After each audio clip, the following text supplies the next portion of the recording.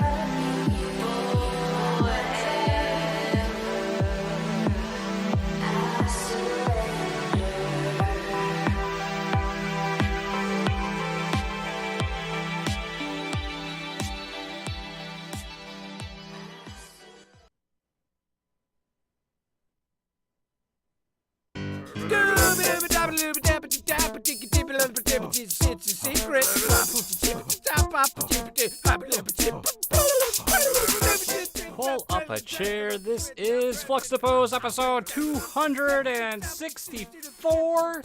That's right, 264. We are happy to have you here. This is recording live on May 28th, 2019. On the docket today, Lucas still isn't here. Send help. I miss him. I miss him dearly. I've got some updates on all the things. We'll do around the web. We'll play an OC remix, and we'll get out of here. Thank you for listening. Thank you for watching. And as always, enjoy the show.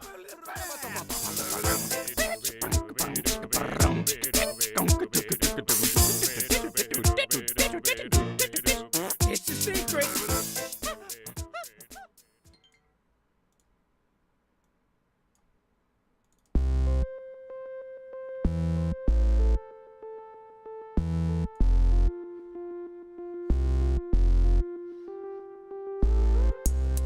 Yes, we are back, sort of, for another episode of Fluxtaposed. I am Jason Lacey, joined by the visage, the spirit animal of Mr. Lucas Rose. Welcome to Fluxtaposed. I am happy you are here. You might be here live watching the show. Maybe you're listening on the interwebs through your RSS feeds. Either way, I am happy to have you here.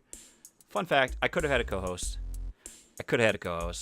And I thought, originally the plan was Lucas was going to be here. Well, you know, let's dim the music down. Let's get dim the music down. We'll get right into the show. Originally, Lucas was going to be here, and things. I mean, well, you guys, if you're not on the Discord, you don't have an update. Shameful plug. Fluxtaposed.com/Discord. Hopping Discord. If you're not on there, Lucas gives us a couple updates. What's going on? Everything's great. They've had some slight issues with feedings and getting the baby in the schedule. So I'll let him update on that next week when he'll be back. So you're stuck with just me. And I could have got a co-host last minute. Like last night, you told me, "Hey, I can't do the show," and I could have scrambled and found somebody, but I didn't. I don't know. I know. A lot of people would have jumped and helped out, and I just didn't want to have to do that. I could have pushed the show again to Wednesday, and I could have had Josh Brown, the noise, was going to step in. I just didn't want to do that. It would fit my schedule best to do things tonight.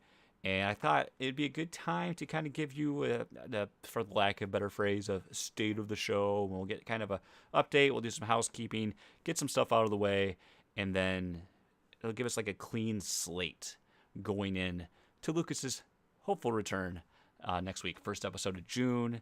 And, we still got some great things going on tonight. It's the last show of the month, so we're going to do a giveaway. We're not going to do Netflixation, obviously, tonight because no Lucas. And I haven't watched it. He probably hasn't watched it. And the whole you guys know, the whole content of the show has been kind of a bit messy this month. And I feel like I'm on camera. I'm very pink. I just got done weed whacking the lawn. And had to take a quick shower. And here we are, doing the show. Kevin, Austin, thank you for the bits. I'm not Sean Capri, though. You're not going to see any titties for the biddies. So I can't steal that shtick from him. Excuse me one morning. I need a beverage. So that brings us to here we are with me doing a solo show, which I've done before in the past. And it may or may not be a good or bad thing. But I figured, you know what? Let's just go with it. Let's have some fun. And nothing else, we might do a little Smash Bros stream afterwards, because this should not take quite as long as a typical show. So, as always, please remember to join us on Discord, fluxtaposed.com/Discord. And if you are and want to, by no means are we asking for you to, if you want to check out patreon.com/fluxtaposed, it's a great way you can help us support our show there. Update on that. I am working. At some point, we're going to get those coaster designs out there, and that's going to be a nice little swag giveaway. I still haven't had a chance to determine what patron tier I'm going to give those out, but I really want to give a physical item. Kevin, thank you so much for the subscription. You're too kind, my friend. I wanted to give a physical reward for our Patreon campaign for a long time. We've had the T-shirts. And I guess while we're going on that, updates on the Patreon campaign to what do your hard-earned dollars help us do? Not only do they go to our monthly subscription costs of hosting the site, the website, the web domain, the email, all those costs associated with just running the podcast. We've done various upgrades over the years. We are hopefully going to upgrade our microphones, going to Lucas is using an XLR mic. I'm on a USB. I'm going to go to full XLR as well, since we have that extra mixer, and I'll use that. So we're going to do, I believe, Audio Technica. I can't remember which exact brand of microphones we're looking at. That's something we're going to upgrade to, and which was just actually recently purchased. Lucas, I'm sure, will talk about it on the show next week.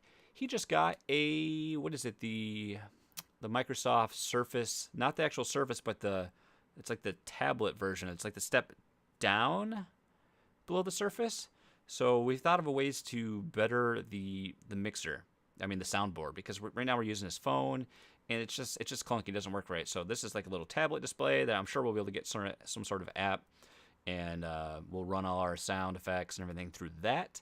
And then that comes with a stylus, which should hopefully he can mirror his desktop right to that and can work on the go. And with that stylus, that should really help him doing those T-shirt designs. That's been one thing I give him a lot of crap for, but he does feel bad that he really would like to finish some of those that he's always worked on. So there's another thing that hopefully will come to fruition once we have some time there and things are going. Dude mentions in the chat, don't forget to upgrade to the CDI. Yes, we still need to we need to snag the CDI so we can play all the Zeldas. But I don't even know what's a proper tier for that. I mean, surely I don't know what people would pay for such amazing entertainment. I can't imagine. And as I mentioned at the top of the show, it is the last show of the month, and that means we got a giveaway. So I've got 3 things we'll be giving away a little bit later on. Fun fact, only one person entered. So besides our the patrons, only one other person entered. So the people that give to us, we're going to probably give back to one of you tonight. So I'm looking forward to that. IRL for me this week, guys. Not a whole lot kicking out of the normal. You know, I'm sure it sounds like in these past shows that I'm really been down in a weird place, and that's kind of these cycles I think I go through. I think a lot of content creators will go through, and it's a weird funk. I'm feeling good right now. I'm really about, like, I don't know, I've got a real kick to like better myself, and I really want to try to get into running again. I just don't know when I'm gonna start that, but I thought, you got to start somewhere and make small changes. So I'm gonna start tracking with Lose It again. Not that I'm far off from and weight loss goals, but I've always maintained kind of the weight I want to be, but it's not like my goal weight. So I'm looking to get more serious on that and get a little more stricter there. But I want to like start small, something you can build on, and like just trying to do like I want to try to hit 50 push-ups, 50 sit-ups every day. And I think that should be something that's easily attainable. You don't have to do it all once. You can space it apart and knock it out.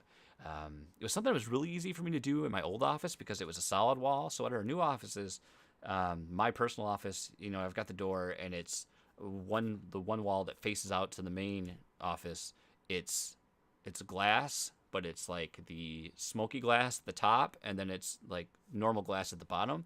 So someone could easily see me. Like a lot of time when I used to have this app that I'd run inside Google Chrome before I switched to Brave that would every 45 minutes would kick out my screen and say take a break, and it would be like a 2-minute timer to like force yourself to get up, stretch, like take your eyes off the screen that you're staring at. I think it's more designed for like coders and heavy text heavy users. But I would always use the chance to take off my glasses, focus on something in the distance, give your eyes a break, stand up, stretch, and then when I was doing all the like 50 push-ups a day, I'd knock out 10 or 15 push-ups, and it's something that probably looks a little awkward if people walk by and they see me doing that through the office. So that's been one of the catches because it was always a great way to like take my mind off work. But we'll have to see if I can fit in there. And the just question for the chat: have I ever heard voices before falling asleep? Only the ghost children that are trying to murder me, but not recently. That hasn't happened in a while. So I think we're all good there. And then I guess. Here I thought I didn't have any RL stories. I've continued the Code Academy journey. I've made a real effort to try to like buckle down this year and learn to code. I've had some. I'm not fluent by any means, but I have a basic competency in basic Visual Basic, C++. Java's been forever, so I doubt that even matters. And it's like. I've always had that desire, and I want to continue to better myself, and not only just for personal achievement, but to like make myself more valuable to my company. And I figured I'd start with Python. So I had to brush up on SQL, which I put a lot of time into last year, which I've mostly forgotten. And so now I'm trying to dabble into Python, and I'm working now. I just gone through some functions, gone through Boolean operators. So I'm really enjoying it, and it's weird because so much of it builds on the background I already have within Excel and the other basic programming, and I'm really hoping that's something I can stick with. And most importantly, I think once you learn like the fundamentals and syntax, then you need to like really apply it into some real world situation. So I'm hoping to actually apply. We have a lot of data that flows through our company that hopefully I can capture on a separate server that'll be just duplicate, so it's something I can fiddle around and destroy. And I hope to really actually use it to help start manipulating data, start running maybe some test reports and things that will help the company, but actually will help my job be easier because I do a lot of manual reporting that's just time consuming and just it's part of my jobs I don't like. So hopefully that's something I can apply to and really help motivate me to continue this path. And it just feels good to be learning something new and then to kind of going on this trend of bettering myself physically and mentally. And I think it's just this new journey I hope I can continue through 2019. But I mean, we'll see. I don't know. Let's see, what do we got? I've been doing this for 16 minutes. I don't really want to get into what you playing yet, so let's talk about the state of the show. So I think you guys have noticed, and it's not just with Lucas being gone because that makes it difficult. I mean, look at that face. I mean, look at that man right there, and he's on what, this side of me right here? Yeah. I mean, look at him. He's gorgeous. He's beautiful, but he's not here.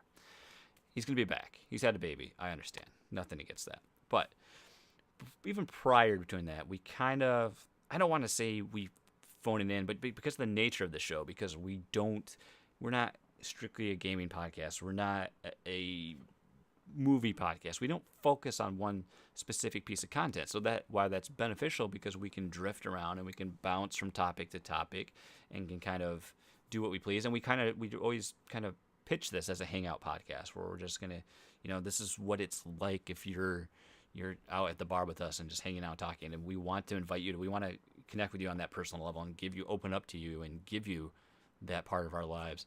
it doesn't always make for the best content. And we know we've tried over the years, so we've always kind of changed it up. And then you can see if you go back and listen to earlier episodes where we're focused on more and other specific directions, we've kind of slowly tailored and kind of tweaked things and changed the scope of the show. And last we had this content calendar. We're gonna have a focused conversation. We're gonna do these top 3 discussions. We'll have the gaming nights and this and that. And we were doing that for a while, and then we got away from it, and then it got harder to get back to it and harder to get back into it. And I think once Lucas comes back, you'll see us kind of. I'm not saying we're gonna return to those formats, but I think we're gonna come back and kind of be on a new path. Like, I think this has been good for Lucas because it's been a nice break for him to kind of step back, evaluate where he's at, what he wants to do, and kind of come back with a renewed energy and spirit. And let me bring it up in the Discord because this came from our private Fluxtaposed chat, and he had a good, like, talking about like rebranding the show a little bit, and I kind of really like that the angle he kind of came here, which was parenting, dogs, gaming, beer. None of which we do well. Make friends with us, and listening to us bitch is optional. So I kind of like that kind of direction with it, where we kind of all encompass things, but we're kind of the everyman of these things too. And I think we're gonna try to embrace that spirit. And really, I mean, if this comes back into more of a spoken word, purely slice of life podcast, I'm okay with that because I mean, there's so many other creators out there that are doing gaming, that are doing movies, and especially gaming. I feel like in the community that we're a part of, that it's all pretty much strictly gaming podcasts, focusing on either a specific company like Nintendo or Sony or Microsoft, or they hit all the topics. And I mean, no offense, they do it. Well, no offense to me, they do it much better than us. I think there's a lot of other outlets that you can go to that are going to cover news and cover games far better than we could ever hope to, just by the nature of our lives and how we're able to keep on the pulse of the industry. And I don't think that's something we're ever going to do well, and I don't think that's what people listen to us for. And I mean, hopefully it's not. Otherwise, you're going to be sadly disappointed. But I hope we can continue to bring you just opening up to you and inviting you into our lives and sharing with you and giving you stories and giving you personal interactions. I hope that's something that can still be entertaining and something you want to listen to and build to as we continue on this journey for however long Fluxtaposed lasts. I don't know where the end point is. I don't know where our end game is, but we're just kind of enjoying that journey still. So I that's one thing I think you can look forward to once the show comes back, and hopefully it's good. Hopefully you like it. I'm looking forward to it. In terms of what we've got coming up, so Lucas will be back next week, and then I'm not sure completely 100% where we left off, but I think that means the 11th of June, we are going to have Mustin on from the One Ups and talking about their new album that came out just last week, Volume 4. If you're not familiar with the One Ups, they are a video game cover band that I've enjoyed for many, many years. They've had, I think, 8 albums total out, and they cover, their earlier stuff is very jazz influenced, and then they kind of get a little more funky and a little more fusion as their library has evolved. And I really dig this new album.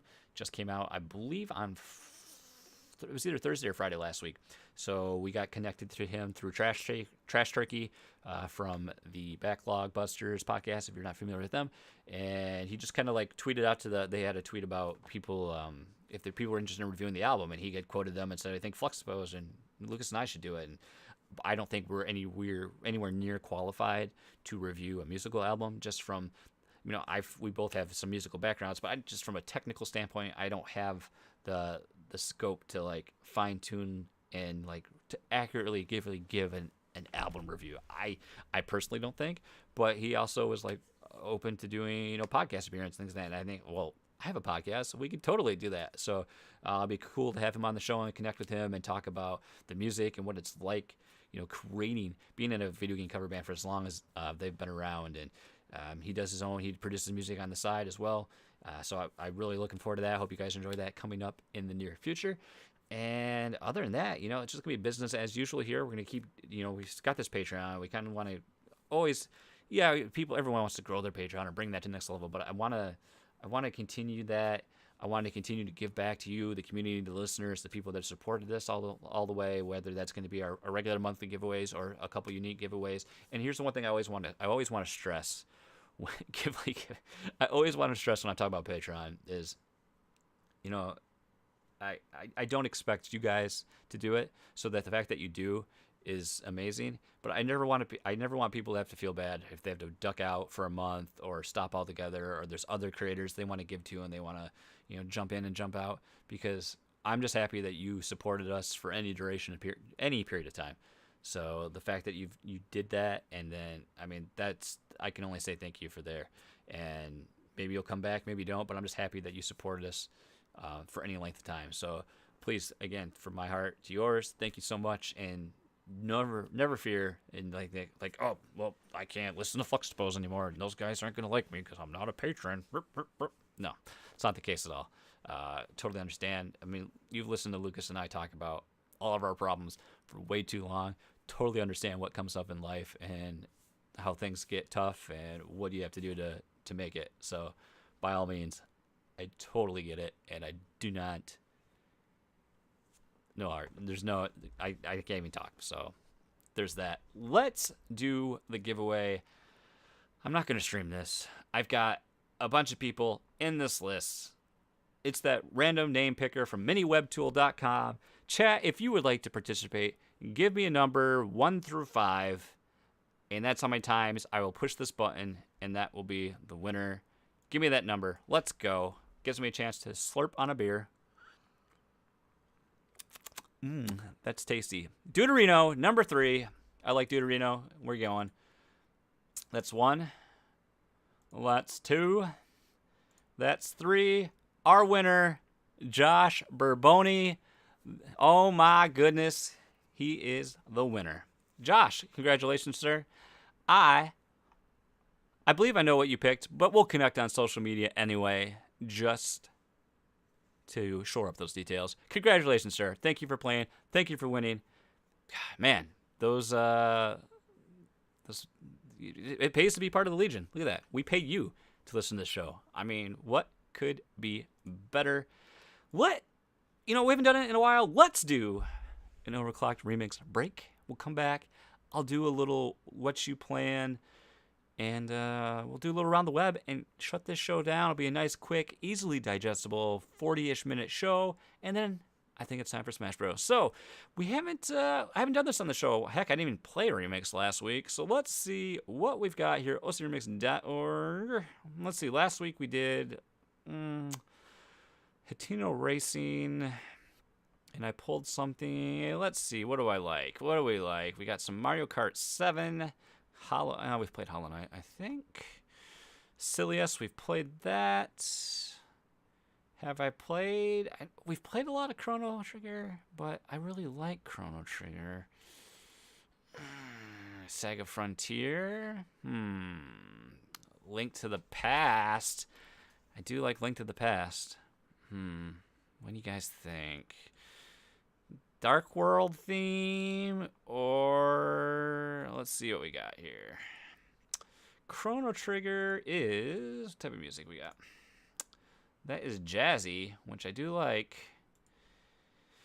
And Link to the Past is EDM funk. I don't know. The Dark World theme is too good to pass up, so we are going to play some Dark World. So I apologize if this plays. No, it doesn't. Perfect.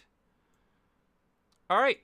Tonight's remix comes from The Legend of Zelda: A Link to the Past, released by Nintendo, 1991 at Super Nintendo Entertainment System. This is called The Darkest World. Our remixer is Demons. This looks like it comes from a new album. What is it? Mirror Image: A Link to the Past remix. Ooh, if that's a new album, I'm all for that. But let me. Oh no, it isn't. That's very interesting. This is featured new on the site, but this is from an album that was published in 2017. Either way, it's EDM, it's funky, so I'm going to play this. And as always, you can find this remix and so much more over at ocremix.org.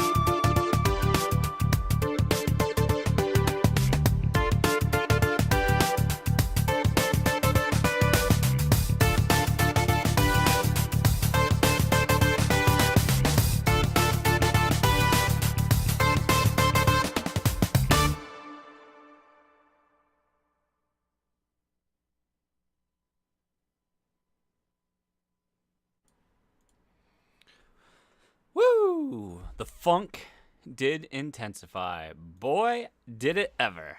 That was good times. That was a good jam. I like, just I'm in the chat, I'm like, ooh, the bass line's not really doing anything. Just doom, doom, doom. Then it got going. And then it looks stupid. Ugh. Welcome back to the show. You know, there was something that happened today, and I want to talk about, and I'm interested to get your takes from it. You guys that are still in chat. Super Mario Maker 2 got a lot of impressions in gameplay videos that hit today, and Nintendo World Report first broke this, that the multiplayer component was restricted to random players only. We would not be able to play with our friends list at all, which a flurry of tweets came on because that was given. First, people were critical of the source because it just came from a Nintendo associate, and who is that? What are they going to know about the details? And then that came out that it was actually someone from Treehouse, which gave more credibility to it. Then Polygon reported that, kind of gave us misinformation that maybe it would, when it wouldn't. And then Game Explain reached out to Nintendo directly, and I agree this had to happen because the messaging was terrible at that point. And unfortunately, if Game Explain didn't do it, it's like, would Nintendo just sit there and not say anything to kind of give us some clear messaging? Because at that point, the messaging was horrible. Game Explain reached out and did get confirmation that yes, the online multiplayer, being the co-op or the competitive, is stuck with random matchmaking only. You are not able to play with your friends. And for me personally, you know, I don't like getting caught up in the internet uproar and the Twitter sphere of, oh, Nintendo, but this is like the one time I was like, I'm really salty about this because I'm really, usually I can kind of, maybe that's the fanboy of them, and I give them a pass, but this time I'm like, this seems like a really stupid decision. And the reasoning behind it was something to do with the leaderboards and the scoring and all that. And it's like, hello, you have another game already. It's called Super Smash Brothers, where, yeah, you gain GSP playing against randoms, and then you have a friend lobby. You don't gain GSP in lobbies. It seems to me like it'd be very easy to create friend lobbies in Super Mario Maker, and you could play with your friends on that, and it wouldn't go to the leaderboards. And Twitter had a field day. I saw some great tweets from Ego Raptor, from Andre from Game Explain, just lighting a flame to all this. I saw Stealth Online having his, you know, he's been doing all these stream cons tweets, and he kind of like played the road of people, you know, getting all up in an uproar and all this and all this nonsense. But he has a good point, because anytime people are like, oh, I'm not gonna, this makes me so angry, I'm not gonna buy it, and then people buy the game anyway. So I'm still interested in Super Mario Maker for the fact of playing it. I don't really have a desire of creating my own levels, at least not yet. Maybe I'll get that in inspiration. But a huge sell for me personally was being able to play with you guys, the community, other people, and be able to play these levels competitively, cooperatively. I think that would make for great nights, enjoying a tall glass of one of these and just playing some Mario craziness. I think that would have been so much fun. And now Nintendo's like, nope, can't do that. Can't play with friends. I love the memes that people are coming up with, like, play together, but not your friends, only random. Everything along that line. It's just like, why, Nintendo? Why? It just doesn't make any sense. And they've had the caveat at the end of their statements of, in this version of the game, which implies it could be something that they could address via patch. I would hope so. I hope that's a mode that they could patch in, or maybe they've got time to address it even before the launch. Probably not, because we're only, what, a week, 2 weeks away. I just, why is it not there? I mean, it's 2019, you know, it just, I mean, we can play a good point. I said, we can play Super Mario Brothers, the versions that are on the Nintendo Switch Online service. We can play those. Heck, the original version of Super Mario Brothers, the Mario Brothers game, like the arcade version where you just going across and kicking the little guys and doing the things. You can play that online with friends, but we can't play the newest Mario game online with friends. It blows my mind. I just do not understand it. I can't wrap my brain around it, and it made me really salty today. I went on a tirade about the friends list in general. the Nintendo friends list is worthless. Why do we have it? I can see my friends are playing a game, and I was told by Garage Surge that I can click on that game and it'll take me to the eShop and I can buy that game if I don't own it. But it serves no other purpose. How do we not have a messaging system yet? I mean, this console's been out 2 years, right? 2 years now? This is its third year. And we don't have a way to message friends. I've had numerous people add me after we've had great Smash Bros. Matches, but it's not like I can ever message them or invite them to a match to play with them ever again because there's no way to do that. I mean, you have this worthless app on your phone that runs on a smartphone. Tie into the messaging features that the phone's capable of. Let us send messages to our friends. That's all I want.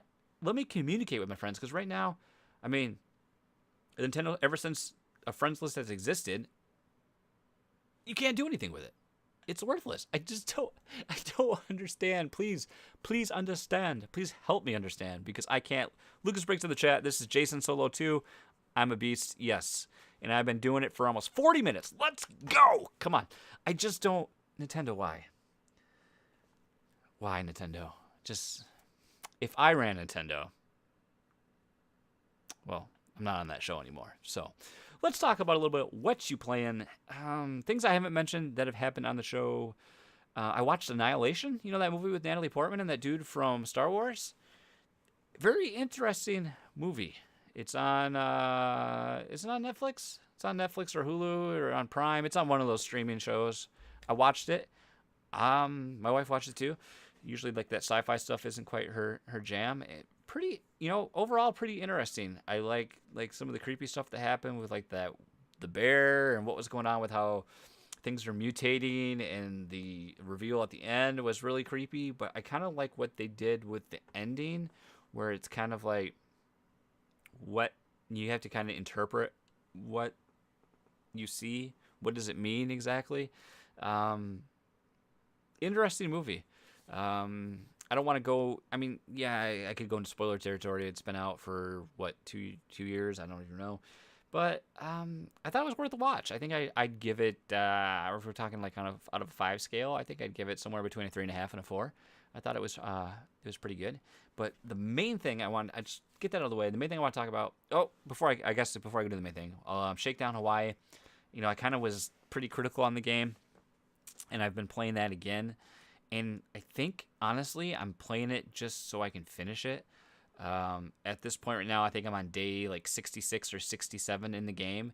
I own every property that's available except some hotels recently sprung up, so I'm buying those. So as the properties come available, I own every property on the map. I get like $4 million every day for my daily revenue. And I think I've done all the like side missions I can do.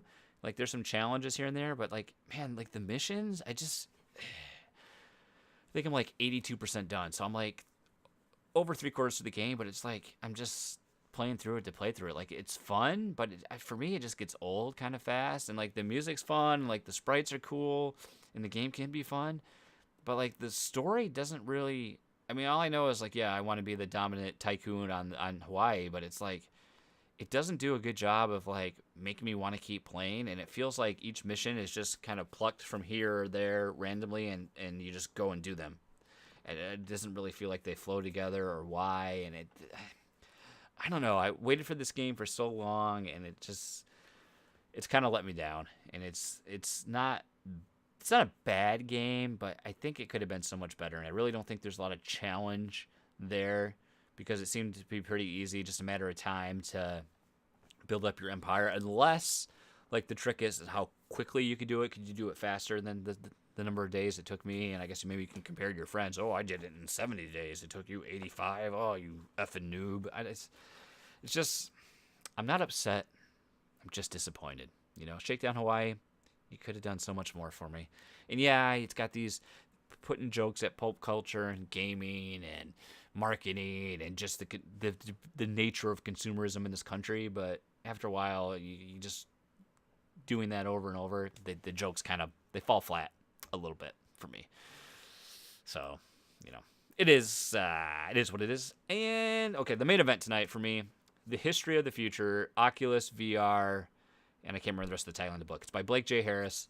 I got this from the library last week. I read it in a week. It's like 500 pages. It's a huge book, but I mean, I love this book. I think I might have liked this more than Console Wars, and that's saying something because that's something I can actually like sink my teeth into and compare myself to because I had a Genesis. I've played a Super Nintendo.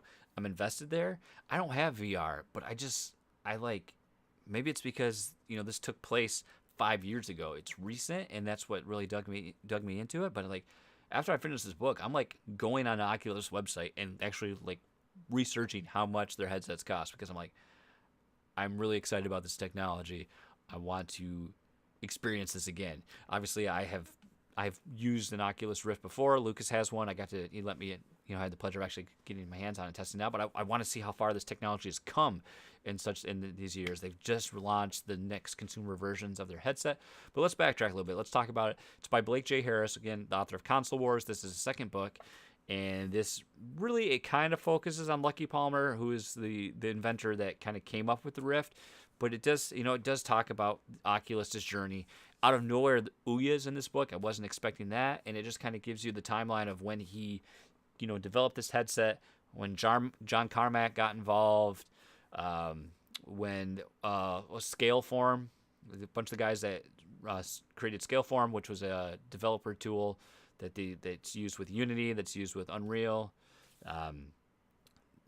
very profitable. Then these guys went from Scalebound, and then they went over to Gaikai, and they're called Scaleform. I said Scalebound, different game, but they basically were venture capitalists in a way, but very business savvy, had a lot of money, and they partnered up with Lucky Palmer to create Oculus. And if it wasn't for those guys, the company never would have gotten it where it was. And there's some reviews that are critical about this book because it's very much putting with Lucky Palmer as the protagonist and puts him in this pedestal in this positive light and kind of glances over some of the other stuff. But in a way, I think I didn't know. I'll be true. And I remember when Lucas talked about this as one of his news articles that like Lucky Palmer delivered, that Oculus Rift to the first backer that got it. It was in Alaska, and I remember us talking about it. And I remember just making some jokes about him because I didn't know anything about him. And now, learning about what he did and this journey that he took and the other people with Oculus, and then what happened. If you guys aren't familiar, I think I encourage you to read this book, even if you're not even like marginally interested in VR, because I wasn't really. VR was intriguing to me, but I wasn't like Lucas. I didn't rush out and have to have it. But it, just the idea of the technology kind of interested me. And after reading this book, it like totally changed my mindset. I just love the journey of like.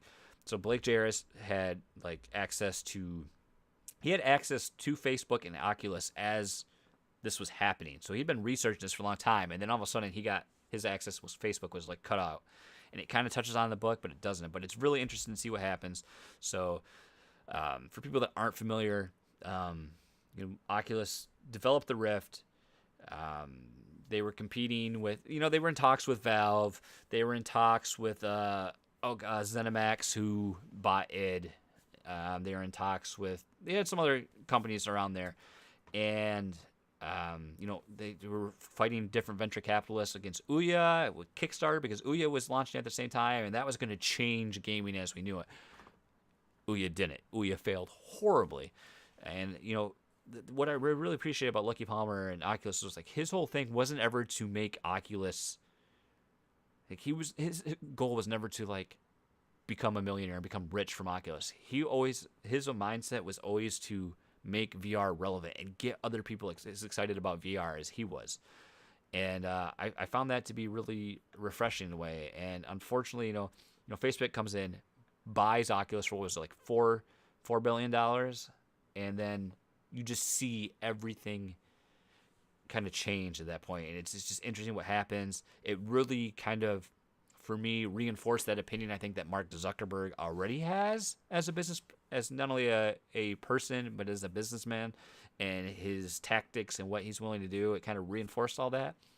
And I'm still not sure what I feel like what happened to Lucky Palmer. And this isn't spoiler territory because this is all stuff that happened. This is a nonfiction book, but unfortunately for him, he made a decision as a, at the time he was 25, 24 years old, to give money to a company. He gave $10,000 to a company that their whole purpose was to basically make meme-like billboards across the country to support the Trump campaign, but to also negatively impact the Hillary Clinton campaign.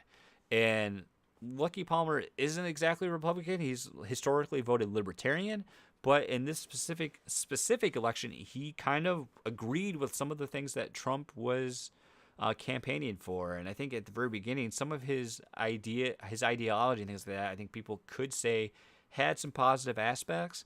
And I think the idea of what he represented initially was appealing because he wasn't a politician by trade. He was coming in to shake up this horrible structure that we already have in America. And then, of course, you invite the racism and the white supremacy and everything else negative and the horrible person he is. I'm not by no means condoning and supporting what he's done. I'm just trying to approach it through a transparency and a middle-of-the-road approach here.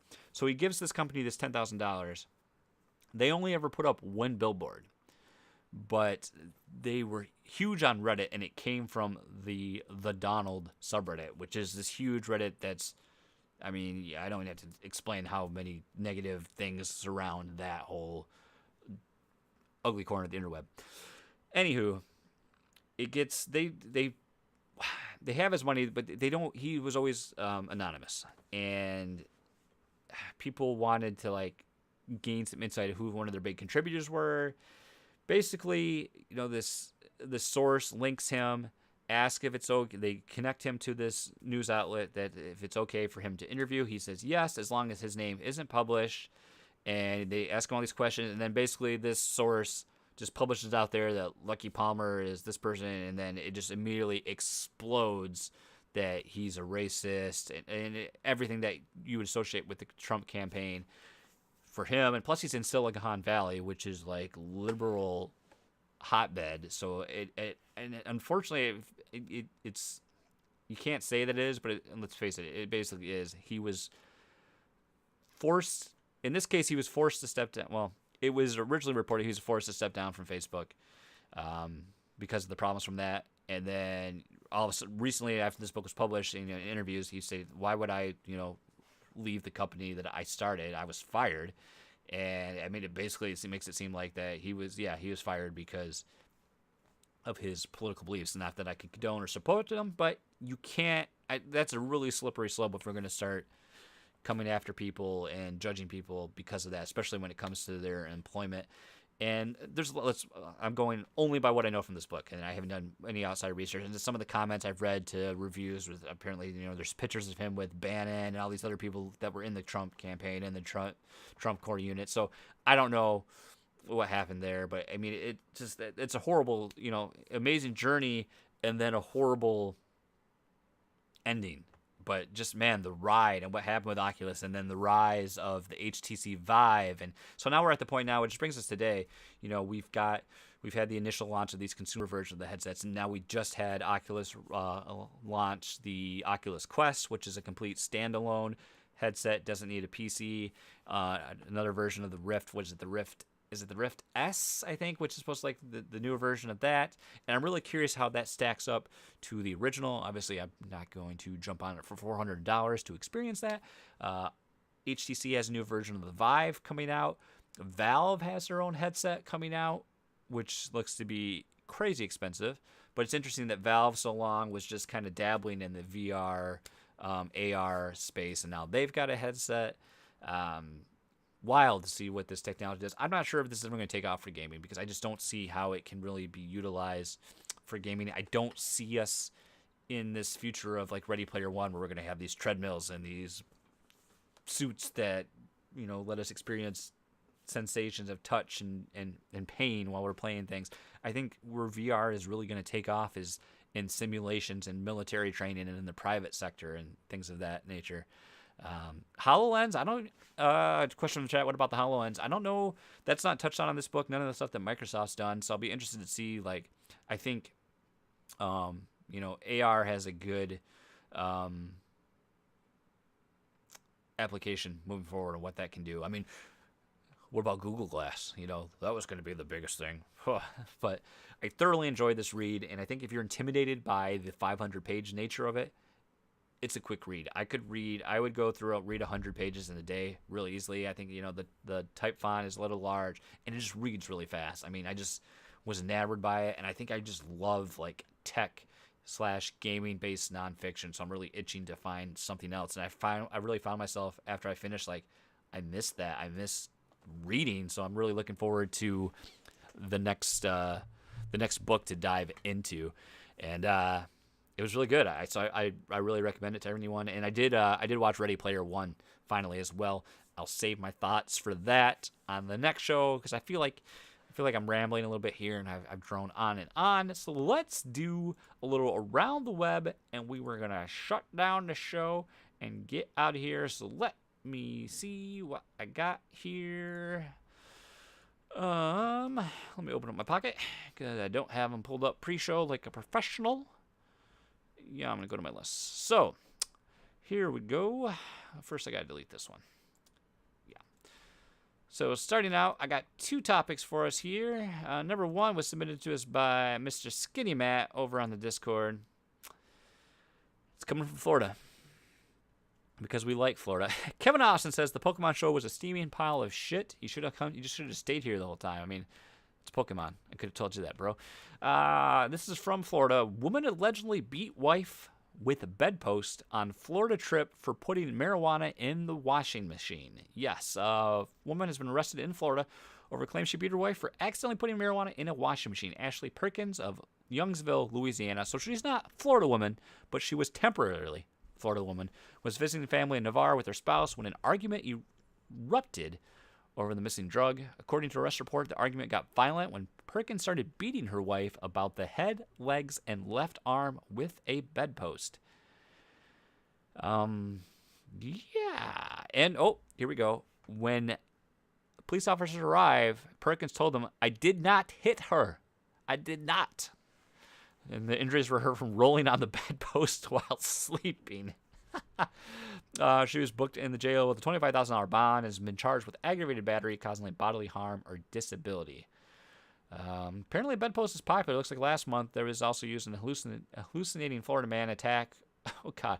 Last month, the bedpost was also reportedly used by a hallucinating Florida man to attack a mattress where he thought he'd seen a man in a bed with his girlfriend. Oh, boy. Oh, boy. So there you go. Thank you, Matt, for the suggestion for our show. And this last one I stumbled across coming from